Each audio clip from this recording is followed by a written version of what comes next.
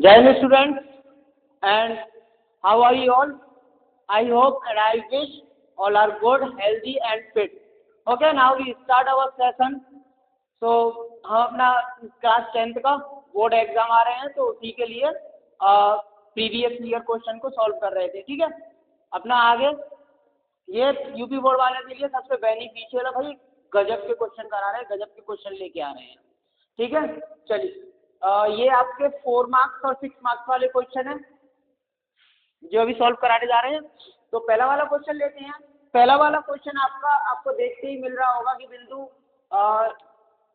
-4,6 बिंदुओं ए और बिंदु बी को जोड़ने वाली रेखाखंड को किस अनुपात में विभाजित करता है। तो ये आपको निर्देशांक ज्यामिति का क्वेश्चन है।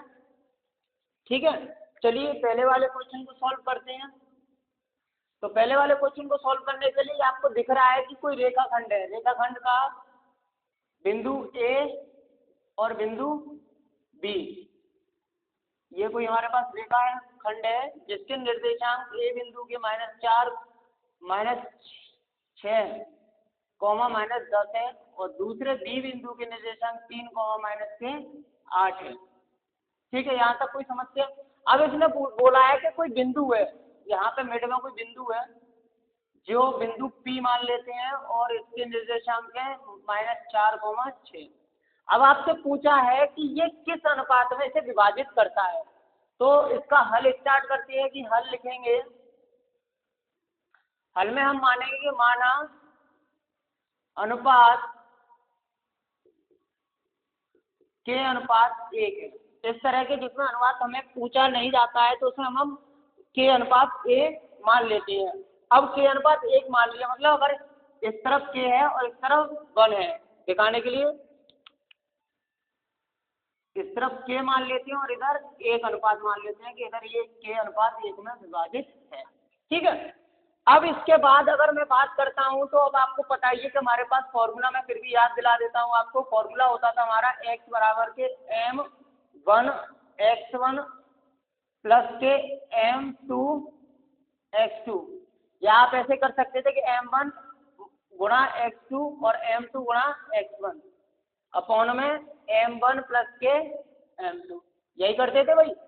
दूसरा वाला y के लिए, y बिंदु को निकालने के लिए हम क्या करते थे, m1 y2 प्लस के m2 y1, यही था m1 प्लस के m2। m1 m2 क्या है, ये अनुपात है कि जो बिंदु को विभाजित करेंगे। ठीक है, यही होता था। अब इसमें ये सारी चीजें, ये देखो ये x1 y1, ये x2 y2 और ये हमारे x1 और y1 और ये बिंदु अनुपात हो जाए। अनुपात हमने m1 m2 क्या मान लिया, के अनुपात 1 मान लिया है। चलिए इसे आगे सॉल्व करोगे तो क्या करेंगे बेटा, इसे हम कर देंगे कि x की जगह हमारे पास x की वैल्यू क्या है, -4 x का वैल्यू है। ये आप सॉल्यूशन में नहीं लिखोगे, ये मैंने आपको याद दिलाने के लिए। तो इसमें -4 बराबर m1 हमारे पास क्या हो जाएगा, k, तो k का गुणा 3 में कर दोगे भाई तो 3k और 1 का माइनस में -6 माइनस प्लस हो जाएगा तो प्लस के 6 अपॉन में आ जाएगा भाई k प्लस के 1। यहाँ से आप इसे जब सॉल्व करोगे तो क्रॉस मल्टीपल कर दोगे तो -4k प्लस के 4 बराबर के -4 हो जाएगा। ये -4 इरेज करके वापस से कर देते हैं। तो ये हो जाएगा -4k और -4 बराबर के 3k प्लस के 6। यहाँ से आप इसे सॉल्व करोगे तो ये हो जाएगा -7 के, क्योंकि इधर आएगी और ये उस तरफ जाएगा तो -7 और 4 10 प्लस के हो जाएंगे। जो आपका k बराबर कितना आ जाएगा, k बराबर आपका आंसर आ जाएगा 10/7। क्या वो कुछ गड़बड़ कर दिया क्या, पहला ही क्वेश्चन में कुछ गड़बड़ कर दिए।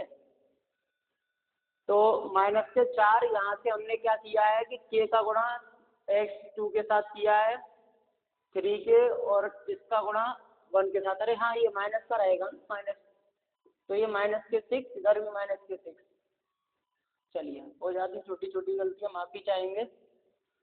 तो ये हमारे पास आ जाएगा भाई माइनस के 2 और माइनस से माइनस कैंसिल हो जाएगा तो के बराबर आ जाएगा 2/7 और के बराबर 2/7 आ गया तो अनुपात क्या हो जाएगा हमारा, अनुपात आ जाएगा बेटा 2:7।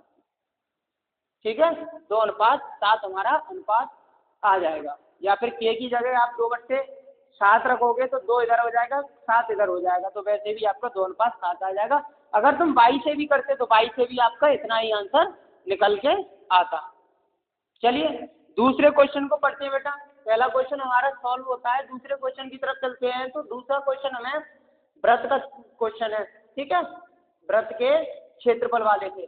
तो एक बिंदु ए से जो एक वृत्त के केंद्र से 7.5 सेंटीमीटर दूरी पर, मतलब वृत्त से कहीं बाह्य दूरी पर, और बाह्य दूरी देखते ही आपको क्या समझ में आता है, परिमेय समझ में आती है कि बाह्य बिंदु से वृत्त पर कितनी रेखा खींची जाती है, 2 स्पर्शरेखा खींची जाती है और दोनों स्पर्शरेखा क्या होती हैं, बराबर होती है। कल हमने एक क्वेश्चन में सिद्ध भी किया था, ठीक है, कि वृत्त की स्पर्शरेखाएं बाह्य बिंदु से खींची गई दूरी दोनों की कैसी होती है, बराबर होती है। वृत्त पर स्पर्शरेखा की लंबाई 6 सेंटीमीटर, मतलब वृत्त से उस बिंदु से उसकी 6 सेंटीमीटर, तो त्रिज्या ज्ञात करनी है। चलिए चित्र के माध्यम से पहले इसे समझते हैं और फिर बनाते हैं क्वेश्चन को।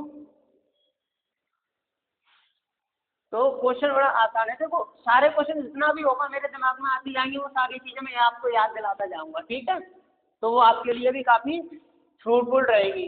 अब देखिए दूसरा वाला क्वेश्चन, यहाँ से एक चीज मेरे को याद आ गई तो आपको बता देता हूँ कि हमारे पास वृत्त है और वृत्त ये हमारा बाह्य बिंदु है, ए बिंदु, ठीक है, ए बिंदु से। अब यहाँ से अगर मैं इसमें रेखा खींच रहा हूँ ये वाली, तो अगर इसे मैं पी मान लेता हूँ, ये क्यू मान लेता हूँ, तो हमारा ए पी बराबर होता है ए क्यू के। ये कल हमने सिद्ध भी किया था, इसलिए मैंने आपको याद दिला दिया। क्वेश्चन में आपसे सॉल्व करेंगे। लेकिन अब हमें क्वेश्चन में क्या दिया, हमें क्वेश्चन में दिया है कि एक बिंदु है जो बाह्य बिंदु से, मतलब यहाँ से भाई केंद्र से ये वाली जो दूरी है, ये वाली दूरी, जो इसे ओ मान लेंगे केंद्र को, तो ये जो दूरी है, इसे थोड़ा सा सुंदर सा बनाते हैं, रेड से नहीं ब्लैक से लेते हैं। ये हमारे पास स्पर्शरेखा, तो ये ए बिंदु वाली जो दूरी है और इसे ओ से ये वाली दूरी कितनी है, 7.5 सेंटीमीटर, 7.5 सेंटीमीटर। अब वहीं उसने बोला है कि स्पर्श बिंदु की लंबाई, स्पर्श बिंदु भाई ये वाला है, तो इसकी जो लंबाई है वृत्त पर स्पर्श बिंदु की लंबाई 6 सेंटीमीटर, तो ये आपको दी है 6 सेंटीमीटर। अब आपसे पूछा है वृत्त की त्रिज्या, वृत्त की त्रिज्या क्यों ये नहीं होगी मेरा बच्चा, कि आप सर ये बोल रहे हो कि यहाँ से इसे ज्वाइन करेंगे तो ये त्रिज्या होगी, ठीक है। क्या आपको याद आ रहा है कि केंद्र से वृत्त की किसी भी स्पर्शरेखा या जीवा पर डाला गया क्या बनता है, लंब बनता है, और लंब के सामने वाला भुजा क्या होती है, कर्ण होती है।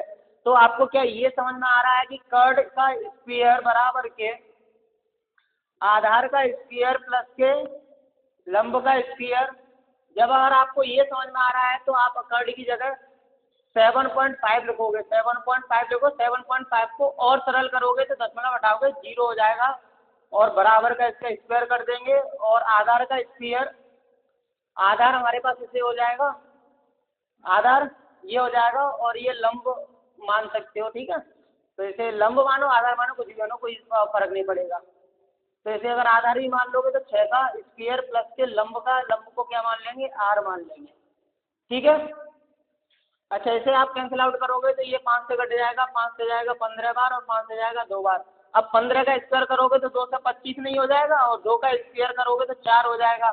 अब 6 का स्क्वायर करोगे, मैं डायरेक्ट करने की कोशिश कर रहा हूँ कि 6 का स्क्वायर करो 36, 36 को इस तरफ लाओगे 75 करोगे तो क्या माइनस का नहीं हो जाएगा, समझ में आ रहा है ना। जब माइनस का हो जाएगा तो आप इसे कितना कर दोगे, 36 कर दोगे भाई, 36/1 बराबर में आर का स्क्वायर। किसी को किसी प्रकार की शंका। अब इसे एलसीएम लेके सॉल्व करोगे तो 4 एलसीएम आ जाएगा, 4 से भाग दोगे तो 2 से 25, माइनस से 4 का गुणा इसमें करोगे तो 4 के 24, हासिल लागी 2, 4 अब 12, 13, 14, 144 हो जाएगा बराबर के आर स्क्वायर। आगे से सॉल्व करोगे तो ये 225 में से 144 जाएगा तो 81/4 बराबर के आर का स्क्वायर। वर्गांतर हटाओगे तो दूसरी तरफ क्या जाएगा भाई, वर्गांतर लगाओगे तो इस तरफ हो जाएगा, आर की वैल्यू आपकी निकल के आ जाएगी, ये रूट में चला जाएगा ना, 81/4, तो आर की वैल्यू मेरा बात बच्चा ये हो जाएगा 9/2। 9/2 का मतलब त्रिज्या हमारी निकल के आ जाएगी, 4.5 सेंटीमीटर, 4.5। ठीक है, यहाँ तक किसी प्रकार को कोई भी किसी को शंका हो बताइएगा। अगला वाला क्वेश्चन कर रहा है सिद्ध करना है कि त्रिभुज की किसी दो भुजाओं को एक ही अनुपात में विभाजित करने वाली रेखा त्रिभुज की किस तीसरी भुजा के समांतर है। ठीक है, त्रिभुज का क्वेश्चन है ये। चलिए त्रिभुज का क्वेश्चन सॉल्व करते हैं। ये आपको समझ में आ गया है तो हाँ बोले, आगे बढ़ते हैं। चलिए दूसरा क्वेश्चन को इरेज करते हैं और तीसरे वाले को सिद्ध करते हैं। तीसरे वाले को मैं अगर सिद्ध करने जाऊंगा तो सबसे पहले मैं एक त्रिभुज बनाऊंगा और सिद्ध करने वाले क्वेश्चन हमेशा क्या मानना होता है, कुछ ना कुछ तो मानना पड़ता है भाई। ये हमारे पास त्रिभुज है ABC। अब इसमें बोल रहा है कि त्रिभुज की दो भुजाओं को एक ही अनुपात में विभाजित करने वाली रेखा त्रिभुज की तीसरी रेखा के समांतर होती है। चलो तो यहाँ पे एक हम लंब ले लेते हैं, मतलब भुजा ले लेते हैं, इसका नाम दे देते हैं ABCDE। अच्छा DE ये इसके क्या है, समांतर है। अब तीसरी भुजा इसके समांतर होगी, कैसे सिद्ध करोगे? तो सिद्ध करने के लिए भाई यहाँ से D से F तक एक मान लेते हैं, एक भुजा मान लेते हैं या खींच देते हैं। ठीक है, रेखा बना देते हैं कि ये दोनों क्या कर रही है, इन्हें लंब बना रही है। ठीक है, ये लंब है इन दोनों के लिए, ये वाली ये इसको क्या कर रही है, लंब समद्विभाजित कर रही है। चलिए तो सॉल्व करने के लिए आप क्या करोगे, आपको यहाँ से एक चीज समझ में आ रही है कि मान के चलेंगे भाई, माना DF समांतर है आपकी BC के, और वो दिख भी रही है DF और BC, ये हम समांतर मान लेते हैं। ठीक है, जो हमने DF की संरचना करी है ये हमारी BC के समांतर, मतलब ये वाली रेखा इस BC के समांतर होगी। ठीक है, अब अगर BC के समांतर होगी तो यहाँ से मैं एक चीज बोलूंगा कि AD का अनुपात DB के अनुपात का बराबर होगा AF और F से ये वाला। जैसे मैं लिखूंगा तो AD बट्टे ये वाला AD बट्टे DB। ठीक है, AD बट्टे DB वाला बराबर होगा AF बट्टे FC के। ये समीकरण मान लूंगा फर्स्ट। और ये वाली रेखा है तो इसके अनुपात में अगर मैं देखूंगा तो मैं ये बोलूंगा कि AD और DB बराबर होंगे किस अनुपात में, AE और EC। बोलो हाँ, AE और EC के बराबर में होंगे। इसे समीकरण 2 मान। अब ये देखो कि AD बट्टे BD बराबर है AF बट्टे FC के, और वहीं AD और AD बट्टे BD बराबर है AE और EC के। तो क्या मैं समीकरण 1 व 2 का प्रयोग करके ये बोल सकता हूँ कि AF बट्टे FC बराबर होगा AE बट्टे EC। बोलो हाँ। ठीक है, ये हमारा क्या हो जाता है, ये बराबर हो जाता है। ठीक है भाई, अब अगर बराबर हो जाता है तो इसमें क्या होगा कि इसे लंब मानोगे भाई। अगर लंब मानोगे तो इस लंब क्या है, इसे लंब जोड़ना पड़ेगा, लंब का योग करने पर या लंब को जोड़ने पर ये लंब होगा। इसे मान लो यहाँ लिखना चाहो तो ये लंब हो गया, लंब माना है हमने इसे किस पर, ये भुजा पर लंब माना है। ठीक है, तो लंब को जोड़ दो भाई, लंब को जोड़ देंगे FC। यहाँ लिख भी सकते हो कि AC भुजा पर क्या है, लंब को जोड़ने तो लंब को जोड़ोगे तो आप ये बोलोगे AF प्लस के लंब क्या है FC बट्टे FC प्लस बराबर, इधर भी आप करोगे AE प्लस के FC और EC। तब यहाँ से आपको दिख रहा है ए एफ और एफ सी। देखो ए एफ सी किस भुजा को बना रहा है? ए सी को नहीं बना रहा है? बोलोगे हाँ सर ए सी को बना रहा है। बराबर ए ई और एफ सी, ए ई और ई से सी, ए ई और एफ सी। कुछ गड़बड़ कर दिया क्या? हाँ भाई, इसके लिए लंब ई सी हो जाएगा, सॉरी इसके लिए लंब ये ई सी हो जाएगा, ई सी। तो और ये से जोड़ोगे तो ये भी हमारे पास ए सी बराबर हो जाएगा, तो ई सी। यहाँ से आपको पता है कि ए सी और ए सी क्या हो जाएगा? एलिमिनेट हो जाएगा। तो वहाँ से आप क्या बोलोगे? इसे आगे लिखते जाते हैं। इसे आप बोलोगे कि एफ सी बराबर के ई सी। ये चीज निकल के आई है कि एफ सी मतलब जो हमारी ये जगह रहेगी एफ सी और ई सी, ये दोनों कैसी हो जाएंगी? बराबर हो जाएंगी। अब अगर ये बराबर है, क्या वो नीचे नहीं आना? ठीक है, चलो यहाँ लिखते हैं। अगर आप ये बोलोगे कि ये दोनों कैसी हो जाती हैं? बराबर हो जाती हैं, एफ सी और ई सी, तो आप ये भी बोल सकते हो ना कि जो डी एफ और डी ई एक ही रेखा है, दोनों अगर ये बराबर हैं, क्या वो ये नहीं दिख रहा है? ये भी नहीं दिख रहा है। चलिए ये ऊपर ले लेते हैं, ये आ रहा। चलिए तो ये वाला हम ऊपर ले लेते हैं। ऊपर लेंगे तो भाई हमारे पास आ जाएगा ए सी बट्टे एफ सी बराबर के यहाँ से आएगा ए सी बट्टे ई सी। अगर आप यहाँ से बोलोगे एफ सी बराबर के ई सी क्या है? बराबर है। अगर ये बराबर है तो मुझे ये बताइए बेटा, अगर ये बराबर है तो ये दोनों रेखा एक ही तो होंगी, डी एफ और डी ई जब एक हो जाती है क्या होंगी? एक ही रेखा होंगी। डी एफ और डी ई एक ही रेखा होंगी, एक ही रेखा होंगी। तो अगर ये दोनों एक ही रेखा है तो क्या ये समान, ये प्रूव नहीं हो जाता है कि जो हमारा डी ई है वो किसके समांतर है? बी सी के समांतर होगा। या आप ये बोल सकते हो कि जो हमारा एल रेखा या लंब है वो हमारा किसके समांतर होगा? बी सी के समांतर होगा। जो हमारा लंब है वो बी सी के समांतर होगा, मतलब ये वाली रेखा डी ई हमारी समांतर होगी किसके? बी सी के समांतर होगी। इसे आप बोल सकते हो इसी सिद्धांत। ठीक है, चलिए समझ में आया?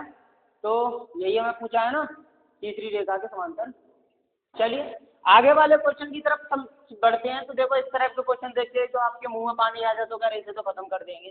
तो भाई ये समीकरण ये सॉल्व करोगे तो 4 नंबर आपके पक्के हो जाते हैं। ठीक है, चलिए आगे करते हैं इसे सॉल्व। बेटा वॉइस क्लियर आ रही है?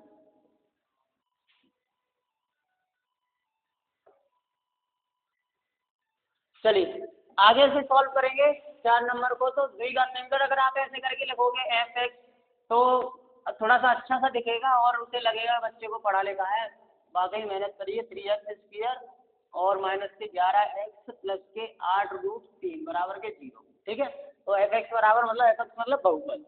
तो इसको आप क्या करेंगे? √3 का इसका गुणा हो जाएगा। अब गुणा हो जाएगा तो 3 3 8 24। अब 24 के फैक्टर करने हैं, क्या आना चाहिए? 11 आना चाहिए। तो 8 या 24, तो √3x स्क्वायर माइनस के 8 x और माइनस के 3x दोनों को जोड़ोगे तो 11 हो जाएगा और 8 या 24 और प्लस के हो जाएगा। और आप चाहो तो आप इसे इस तरह से लिख सकते हो कि 3 इस तरफ ले लोगे तो कॉमन ले सकते हो, इधर 8 तो 8 कॉमन ले लोगे। ठीक है, प्लस के 8√3 बराबर के 0। यहाँ से आप क्या करें? कॉमन ले लीजिए। तो √3x अगर कॉमन लेते हो तो आपको पता चलेगा कि यहाँ से x बचेगा और यहाँ से 3 का मतलब क्या है? 3 का मतलब ये नहीं होता √3 गुणा √3। समझ में आ रहा है? अगर ये भी समझ में नहीं आ रहा है तो भाई साहब आप बच्चों आपने कुछ भी पढ़ाई नहीं करी है। तो यहाँ से आप ले लोगे माइनस के √3 प्लस में यहाँ से 8 कॉमन ले लोगे, माइनस के 8 कॉमन ले लो तो माइनस के 8 कॉमन लोगे तो x माइनस के √3 बचेगा बराबर के 0। तो आपके पास आ जाएगा x माइनस के √3 बराबर कॉमा और √3 x माइनस के 8 बराबर के 0, जहाँ से x बराबर के √3 निकल के आ जाएगा आपके पास और आपके पास निकल गया x बराबर के 8/√3। तो x की ये दो वैल्यूज क्या हो जाएंगी, इनके हल हो जाएंगे और ये आपको 4 नंबर दे के जाएगा। ठीक है भाई, चलिए आगे बात करते हैं। नेक्स्ट क्वेश्चन हमें दिया है, ये इस तरह के क्वेश्चन आपके बहुपद या द्विघात समीकरण से आते हैं। द्विघात समीकरण से आते हैं कि दो अंकों की एक ही संख्या का योग x 12 है, और इस टाइप का क्वेश्चन हमने लास्ट वाले सेट में भी करा था। क्या हो गई समस्या है? उसे अनलॉक करके वापस से लॉक करो। तो यहाँ से दो अंकों की एक ही संख्या का योग 12 है। तो इस तरह के क्वेश्चन में क्या करते हैं कि दो अंक मान ले लीजिए, इकाई का अंक x और ढाई का अंक y, और उससे संख्या बनेगी इकाई और ढाई को अरेंज कर लीजिए। तो दोनों अंकों का योग कितना 12 है, अंकों का स्थान बदल देने पर, उसका स्थान बदल देने पर 18 अधिक हो जाती है। चलिए करते हैं सॉल्व। हो गया ठीक। और कोशिश किया करो, अगर आपको लेक्चर अच्छा लगता है तो शेयर कर दिया करो भैया, जिससे बाकी और भी जो 10th वाले बच्चे हैं उनके पास ये कंटेंट पहुंचे और वो भी पढ़ पाएँ अच्छे से। लास्ट में कोशिश करेंगे, एक दिन प्लान करेंगे, अगर आप लोग चाहोगे तो सारा फॉर्मूला का वर्कशीट पूरा 1-1.5 घंटे का या 2 पार्ट में एक क्लास ले आएंगे। चलिए, दो अंकों की एक ही संख्या, तो माना पहले तो मान लीजिए, माना इकाई का अंक x, ढाई का अंक y है। तब संख्या, तो संख्या क्या बनेगी भाई? तो संख्या हो जाएगी 10y प्लस के x। अब आपको दिया क्या है? आपको दिया है कि इनके अंकों का दोनों अंकों की एक ही संख्या का योग 12 है, मतलब x प्लस y का योग कितना है? 12। इसे समीकरण 5 मान ले सकते हो। कोई समस्या है तक? अब इसने आगे बोला है कि अंकों का स्थान बदल देने पर, मतलब पहले क्या था 10y प्लस के x था, और इसका संख्या का बदल दिया, मतलब पहले ढाई को इकाई पर ले आए, इकाई को ढाई पर, तो 10x प्लस के y हो गया। अब इसने बोला है कि 18 अधिक हो जाता है, मतलब ये पहले वाले से 18 अधिक हो जाता है। तो मेरे को ये बताओ, अगर मैं इसमें से 18 घटा दूं कि इसके बराबर नहीं आ जाएगा? 18 जोड़ूंगा तो और आगे हो जाएगा, तो इसलिए क्या करेंगे कि इसमें 18 घटा देंगे। अब घटाएंगे तो इससे सॉल्व करिए, तो 10y प्लस के x बराबर के, यहाँ से हो जाएगा 10x प्लस के y माइनस के 18। इसे इस तरफ लाएंगे तो आपके पास बचेगा 9y माइनस के 9x बराबर के माइनस के 18। इसमें से अगर माइनस कॉमन लेता हूँ तो मेरे पास आ जाएगा x माइनस के y बराबर के, माइनस से माइनस कैंसिल आउट हो जाएगा। समझ पा रहे हो नहीं समझ पा रहे हो?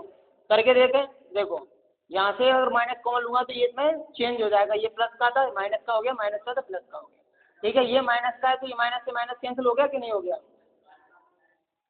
कौन सा बेटा? 9 में कॉमन ले लिया ना? 9, अच्छा 9 कॉमन ले लो, और 9 से कटोगे तो 2 बार 9 से भाग दे दिया। यहाँ लिख सकते हो 9 से भाग देने पर, तो 9 से भाग दोगे तो भाई ये कट जाएगा, और इधर भी क्या बोलते हैं 9 दूनी 18 रह जाएगा, तो x माइनस वाई बराबर के 2 आ जाएगा, जिससे आप समीकरण 2 बोल सकते हो। अब क्या करोगे भाई? समीकरण पहली और समीकरण 2 की तुलना करने पर, समीकरण 1 तथा समीकरण 2 की तुलना से, तो इसकी तुलना करोगे तो आपके पास क्या बचेगा भाई? x आ रहा है यहाँ तक, x प्लस के y बराबर का 12 और x माइनस के y बराबर के 2। इसे आप माइनस करोगे, यहाँ लिख देंगे, इधर थोड़ा सा स्पेस कम है। अच्छा, अभी इसे माइनस करोगे या प्लस कर दो, प्लस करोगे तो x से x कट जाएगा, आपके पास आ जाएगा 2x बराबर के, यहाँ से आप जोड़ोगे तो 14, और x बराबर कितना आ जाएगा? 7। x का मान समीकरण 1 में रख दीजिए। 1 में रखेंगे तो आपके पास आ जाएगा, x की जगह आप 7 रख दीजिए, 7 प्लस के y बराबर का 12, और y बराबर आ जाएगा आपके पास कितना? 5। तब संख्या क्या हो जाएगी? तब संख्या आपकी ये नहीं हो जाएगी, इकाई का अंक क्या है भाई? x और ढाई का 757 हो जाएगा इसका आंसर। ठीक है, तो ये आपका 6 नंबर का क्वेश्चन था, कुछ भी नहीं है, 6 नंबर का क्वेश्चन, मतलब 6 मार्क्स आपके पक्के हो जाते हैं, यहाँ से आप 6 मार्क्स इंश्योर कर लेते हो। ठीक है, क्या समस्या आ रही है? अच्छा, लॉक कर दिया फिर भी? अच्छा, चलिए आगे बात करते हैं। 6 वाला क्वेश्चन है, एक ठोस बेलन का आकार और दोनों सिरों पर अर्धगोलीय है, इस ठोस की कुल ऊंचाई 19 सेंटीमीटर तथा बेलन की त्रिज्या 3.5 सेंटीमीटर है। ठोस का आयतन और संपूर्ण पृष्ठीय क्षेत्रफल ज्ञात कीजिए। तो जब दो या तीन आकृतियों से मिलकर कोई भी आकृति बनी होती है, तो उसमें हमेशा याद रखिए संपूर्ण पृष्ठीय क्षेत्रफल, मतलब कि उन आकृतियों के पृष्ठीय क्षेत्रफल का योगफल निकालो, जिससे तभी जाके आप पृष्ठीय क्षेत्रफल निकाल पाओगे। अगर आप संपूर्ण पृष्ठीय क्षेत्रफल लगाओगे तो वहां पे आपका क्या हो जाएगा, गलत हो जाएगा। ठीक है, चलिए इरेज करते हैं क्वेश्चन को, आगे बढ़ते हैं।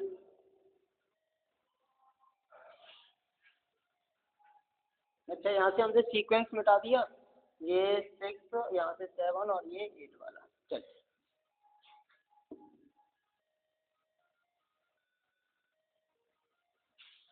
तो 7 वाले, अच्छा 6 वाले क्वेश्चन पे थे हम। 6 वाला क्वेश्चन हमारा कह रहा है बेटा कि एक ठोस बेलन के आकार का है, तो बेलन का आकार ये ले लीजिए ठोस, ये ठोस बेलन है हमारे पास।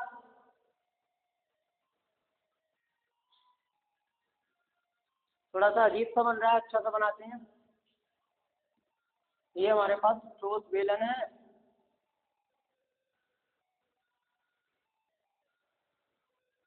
इधर भी एक ठोस बेलन आ गया।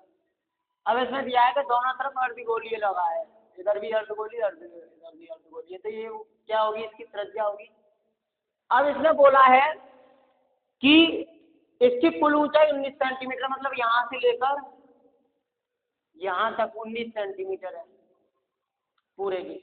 अगर यहाँ से कुछ त्रिज्या है, त्रिज्या कितनी दी है, तो आर दिया है, मतलब इसका त्रिज्या दिया है, त्रिज्या में गिवन है कितना, 3.5 सेंटीमीटर। जैसे आप क्या लिख सकते हो कि 35/10 लिख सकते हो, 35/10 यानी 7/2 सेंटीमीटर। ठीक है, अगर ये 7.5 सेंटीमीटर, 3.5 सेंटीमीटर, 3.5 सेंटीमीटर, तो दोनों अर्धगोलों को हटा दिया जाए, तो मेरे को ये बताइए कि केवल बेलन की ऊंचाई 19 माइनस के अर्धगोलों की त्रिज्या घटाने से मेरे को ये 12 नहीं मिल जाएगी, मतलब 3.5 इधर से, 3.5 इधर से, 7 सेंटीमीटर घट जाएगा। तो केवल बेलन की ऊंचाई की अगर मैं बात करूंगा तो 12 सेंटीमीटर होगा कि नहीं होगा, बोलिए। हाँ होगा, समझ में आ रहा है यहाँ तक? जब 12 सेंटीमीटर होगा तो अब आपके पास सारी चीजें हैं कि अर्धगोले की त्रिज्या 3.5 सेंटीमीटर, बेलन की ऊंचाई 12 सेंटीमीटर, बेलन की आधार की त्रिज्या भी तो यही होगी 3.5 सेंटीमीटर। अब आपसे क्या क्या पूछा है, आयतन और संपूर्ण पृष्ठीय क्षेत्रफल। तो पहले बात करते हैं आयतन की। कुल आयतन क्या लिखेंगे, कुल आयतन। तो कुल आयतन क्या हो जाएगा, पहले तो अर्धगोलों का आयतन। तो अर्धगोले का आयतन मेरे को ये बताइए बेटा कि ये 2 अर्धगोले हैं, और एक अर्धगोले का होता है 2/3 पाई आर क्यूब, होता है नहीं होता है, प्लस बेलन का क्षेत्रफल, बेलन का, तो बेलन का होता है पाई आर स्क्वायर एच, यही होता है। ठीक है, अब आगे बात करेंगे तो ये हो जाएगा 4/3 पाई आर क्यूब प्लस के पाई आर स्क्वायर एच। यहाँ से आपको क्या कॉमन दिख रहा है, आप बोलेंगे सर पाई आर स्क्वायर अगर आप कॉमन ले लेंगे तो 4/3 पाई, सॉरी आर बचेगा यहाँ से, और प्लस के यहाँ से बचेगा एच। आगे की बात करेंगे तो पाई की वैल्यू कितनी, आर के अकॉर्डिंग लिया करो तो कट जाएगी, तो 22/7 ले लो, और यहाँ लिखोगे कितना 7/2 का गुणा 7/2। क्यों लिखा कि 35 को लिखाओगे 10/3, 5 से भाग दे दोगे, 5 7 35 से 5 दूनी 10। ठीक है, और यहाँ से आप लोगे तो 4/3 गुणे में 7/2 प्लस की एच की वैल्यू कितनी आ गई, एच क्या है, ये बेलन की ऊंचाई है, तो बेलन की ऊंचाई कितनी 12 सेंटीमीटर, 12/1। यहाँ से करोगे तो 7 से 7 कटेगा, इससे काटो 11, और 11 सत्ते 77/2, अंदर से क्या निकल के आएगा, तो ये हो जाएगा 3 दूनी 6, 12 तिया 36, 7 चौक 28 हो जाएगा, 28/3 दूनी 6, और इसका 6 ही वो आएगा एलसीएम, तो 12 छिक्के 72। इसे करोगे तो अगली लाइन में 77/2 गुणे में 72 और 28 कितना हो जाएगा भाई? 80, 100 हो जाएगा। 100/6 यही हो जाएगा। हाँ, तो इसे कट दीजिए 50 और ये 3 बार से कट जाएगा और ये 25 बार से कट जाएगा। इनका कर दीजिए गुणा।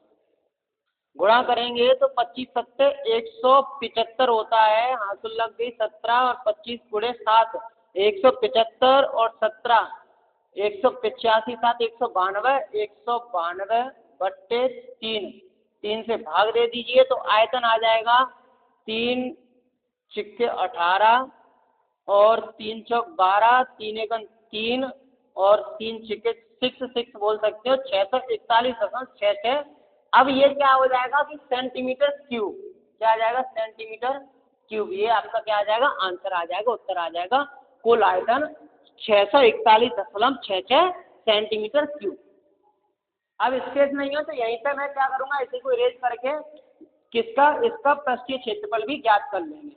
ठीक है भाई, तो सारे फॉर्मूले रट डालो, एक नोट्स बनाओ जिसमें पूरा फॉर्मूला रिवीजन मार दो एक तरफ से, क्योंकि कुछ चैप्टर हैं जिनमें आपको फॉर्मूले के बिना क्वेश्चन नहीं होंगे। जैसे आपका पहले तो पृष्ठीय क्षेत्रफल ही हमारा, दूसरा वृत्त वाला बिना प्रमेय के, त्रिभुज वाला बिना प्रमेय के कुछ नहीं हो सकता। और उसके अलावा अगर बात करते हैं तो हमारे पास त्रिकोणमिति और उसके बाद हमारा आपका एपी। ठीक है, तो समांतर श्रेणी। तो ये सारे ऐसे चैप्टर हैं जो आपके बिना फॉर्मूले के नहीं होंगे, तो फॉर्मूले का एक अच्छे से पेपर पर नोट्स बना लो। चलिए अगला क्वेश्चन, अगला इसी का दूसरा पार्ट क्या पूछा है? संपूर्ण पृष्ठीय क्षेत्रफल। तो संपूर्ण पृष्ठीय क्षेत्रफल हो जाएगा हमारा, संपूर्ण पृष्ठीय क्षेत्रफल, पृष्ठीय क्षेत्रफल। तो इसका संपूर्ण पृष्ठीय क्षेत्रफल, तो भाई संपूर्ण पृष्ठीय क्षेत्रफल होता है 2 गुणे 2, क्योंकि 2 अर्धगोल है ना और दोनों का बराबर है, तो 2πr² प्लस बेलन का पृष्ठीय क्षेत्रफल तो होता है 2πrh। बोलिए हाँ। तो इसमें से आप क्या कॉमन ले सकते हो? आप बोलोगे सर 2πr कॉमन ले लीजिए, तो यहाँ से क्या बचेगा? यहाँ से बचेगा आपके पास 2r प्लस के यहाँ से बचेगा आपके पास h। r की वैल्यू, पाई की वैल्यू 22/7 और r की वैल्यू वही क्या रखोगे? 7/2 रख दो और यहाँ से r की वैल्यू 7/2, तो 2 गुणे में 7/2 प्लस के h की वैल्यू कितनी? बेलन की वैल्यू है ये, बेलन की ऊंचाई 12 सेंटीमीटर। तो 2 से 2 काट दोगे और 2 से 2 कट जाएगा, 7 से 7 कट जाएगा, यहाँ बचेगा 12 और 12 और 7 19। तो 12 और 7 19 हो जाएगा। कुल पृष्ठीय क्षेत्रफल आपका निकल के आएगा 19 दूनी 38, 3 19 दूनी 38, 38 और 3 41 और 418 सेंटीमीटर स्क्वायर। ये आपका कुल पृष्ठीय क्षेत्रफल, मतलब संपूर्ण पृष्ठीय क्षेत्रफल निकल के आ जाएगा। अब आप बोलोगे सर संपूर्ण पृष्ठीय क्षेत्रफल का फॉर्मूला नहीं लगाया है, तो मेरे मित्र याद रखना कि जब 2 या 2 से अधिक आकृतियों को जोड़कर किसी भी आकृति का संपूर्ण पृष्ठीय क्षेत्रफल पूछता है तो उन आकृतियों के वक्र पृष्ठ को जोड़ लेती हैं। उन आकृतियों के वक्र पृष्ठ को जोड़ने से आया हुआ उनका परिणाम ही संपूर्ण पृष्ठ का क्षेत्रफल होता है। आगे बात करते हैं। ये बेटा फ्री के नंबर है, इस तरह के क्वेश्चन फ्री के नंबर देके जाते हैं। 6 क्वेश्चन नंबर के क्वेश्चन आते हैं, आप अपना अनसॉल्व उठाना, उसमें देखना ये 6 नंबर के क्वेश्चन हैं जो आपके फ्री के नंबर है। यहाँ पे आपको कुछ करना ही नहीं, आपको अगर फॉर्मूले याद है तो सीधा सीधे फॉर्मूले रखने, वैल्यू सॉल्व करनी है। चलिए आगे बात करते हैं। और अगर इतना भी नहीं करा जा रहा है तो चुल्लू पर पानी लो और देखो अपनी शकल कि कहाँ तुम लोग बिलोंग करते हो। 2 अंकों की संख्या का योग, तो मान लीजिए 2 संख्याओं का योग, तो 2 संख्या x प्लस वाई है और जिनका योग कितना है? 8 है। उनके व्युत्क्रम का योगफल, तो व्युत्क्रम मतलब 1/x और 1/y बराबर का इनका योगफल कितना है? 8/15 है। ब्लैक से दिखता नहीं है, रेड थे तो ब्लैक ले लेते हैं। तो इसका एलसीएम लोगे तो एक्स प्लस वाई नहीं हो जाएगा, एक्स से भाग दोगे तो यहाँ पे आएगा वाई, और यहाँ से वाई से भाग दोगे तो यहाँ आएगा एक्स बराबर के 8/15। अगर इसे एक्स प्लस वाई लिखूँ या वाई प्लस एक्स लिखूँ, बात तो एक ही है ना। जैसे अगर मैं एक्स प्लस वाई लिख दूंगा तो कोई समस्या आ जाएगी क्या आपको? आप बोलोगे नहीं सर बात तो एक ही है, दोनों धनात्मक है। दोनों धनात्मक है, इसकी वैल्यू तो दी है ना 8, तो 8/x/वाई बराबर के 8/15, जहाँ से 8 से 8 कट जाएगा, जो आपको क्या देगा, एक्स वाई बराबर के 15 देगा। जैसे आप समीकरण फर्स्ट मान सकते थे और ऐसे समीकरण सेकंड मान लोगे। समीकरण फर्स्ट की वैल्यू समीकरण सेकंड में, या फिर आप ऐसे लिख सकते हो एक्स बराबर 15/वाई। समीकरण भी आप अगर नहीं मानते हो तो मत मानिए, आप यहाँ से एक्स बराबर 15/वाई नहीं हो जाएगा ये। तो अब एक्स का मान वाई के लिए, तो यहाँ एक्स का मान वाई के लिए रखोगे तो ये हो जाएगा 15/वाई प्लस के वाई बट्टे 1 बराबर के 8। जहाँ से आप इसे करोगे तो ये हो जाएगा 15 प्लस के वाई का गुणा इसमें हो जाएगा वाई स्क्वायर बट्टे में वाई बराबर के 8। वाई उस तरफ जाएगा तो ये हो जाएगा वाई स्क्वायर, अच्छे से लिख देता हूँ मानक रूप में, 15 बराबर के 8 वाई। जैसे आप क्या करोगे, द्विघात समीकरण बना लोगे तो वाई स्क्वायर प्लस के 8 वाई प्लस के 15 बराबर के 0। हाँ इस तरफ आएगा तो माइनस का हो जाएगा। अब इसे क्या करोगे भाई, इसे बना लो तो 15 मतलब 5 या 15, तो वाई स्क्वायर माइनस के 5 वाई माइनस के 3 वाई प्लस के 15 बराबर के 0, और वाई कॉमन ले लोगे। हैं यार ये बोर्ड छोटा पड़ गया आज, इधर ले लेते, ठीक है। इसे वाई कॉमन ले लोगे तो यहाँ से आपके पास आ जाएगा वाई माइनस के 5 वाई माइनस के 5, और यहाँ से माइनस के 3 कॉमन ले लोगे तो वाई माइनस के 5 बराबर के 0। यहाँ से आपके पास आ जाएगा वाई माइनस के 5 बराबर के 0, और यहाँ से आ जाएगा वाई माइनस के 3 बराबर के 0। मतलब वाई की वैल्यू एक तो हो जाएगी 5 और एक हो जाएगी 3। ये आपका आंसर हो जाएगा। फ्री के 6 नंबर है भाई साहब, कुछ भी नहीं है इन क्वेश्चन में, कुछ भी हो, सीधा सीधा जैसा उसने दिया है उसी के तरह से आप हल करते जाएंगे, ठीक है। आखिरी क्वेश्चन की तरफ बढ़ते हैं। क्या हुआ? हाँ एक्स के भी इसके 2 मान निकलेंगे। क्या पूछा है आपने कि तो संख्या क्या होगी, संख्या क्या होगी, तो एक्स की वैल्यू रख देंगे। तो यहाँ से आप क्या करोगे, थोड़ा सा रह गया, आज हमने गड़बड़ कर दिया थोड़ा सा, पूरा बोर्ड को यूज नहीं किया है। तो इधर लिख लेते हैं, ठीक है बच्चा, इधर लिख लेते हैं।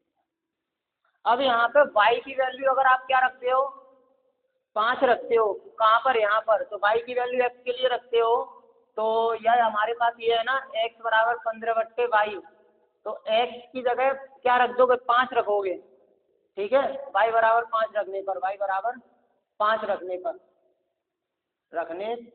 तो ये आपके पास आ जाएगा x बराबर के 15/5, मतलब x बराबर 3, और x की वैल्यू क्या रखोगे, y की वैल्यू 3 रखोगे, तो x की वैल्यू कितनी आएगी, 5 आएगी।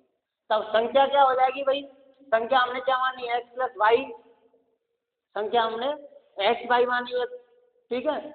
2 अंक संख्याओं का योग 8 है, तो 2 संख्याओं का योग, तो x और y मतलब क्या हो जाएगा, 35 और 53 हो सकती हैं।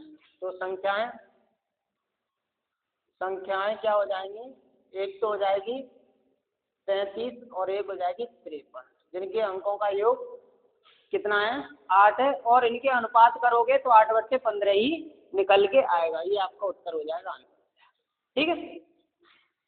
चलिए आखिरी क्वेश्चन की तरफ बढ़ते हैं। आखिरी क्वेश्चन पूछा, 2 क्रमागत धनात्मक पूर्णांक ज्ञात कीजिए, वर्गों का योग 365 है। चलिए तो 2 क्रमागत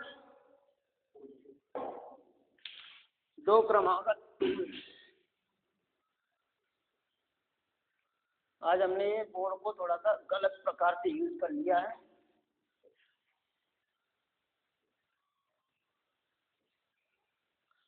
तो दो क्रमागत संख्या हमारी हमेशा कितनी होती हैं कि x प्लस x और x+1 और इनके वर्गों का योग माना क्रमागत धनात्मक पूर्णांक, क्रमागत धनात्मक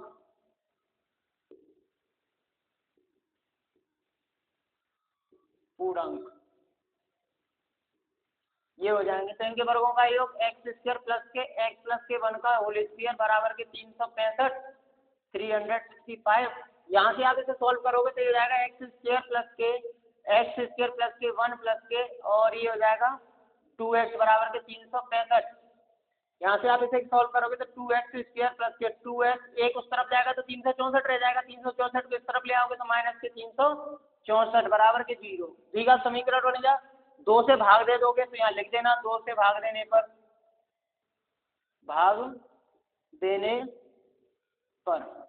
2 से भाग दोगे तो ये हो जाएगा x² प्लस के x प्लस के माइनस के 182 182 बराबर के 0 और 182 के फैक्टर हो जाएंगे 13 और 14 तो x² प्लस के 14x माइनस के 13x माइनस के 182 बराबर के 0। यहाँ से आप x कॉमन ले लोगे तो x प्लस के 14 बचेगा आपके पास, यहाँ से माइनस के 13 कॉमन ले लोगे तो माइनस में तो प्लस हो जाएगा 14 बचेगा बराबर के 0। तो x प्लस 14 बराबर 0 और x माइनस 13 बराबर के 0। x की वैल्यू यहाँ से आपके पास माइनस के 14 निकल के आएगी, x की वैल्यू यहाँ से 13 निकल के आएगी। तो क्रमागत धनात्मक पूर्णांक हो जाएंगे, धनात्मक पूर्णांक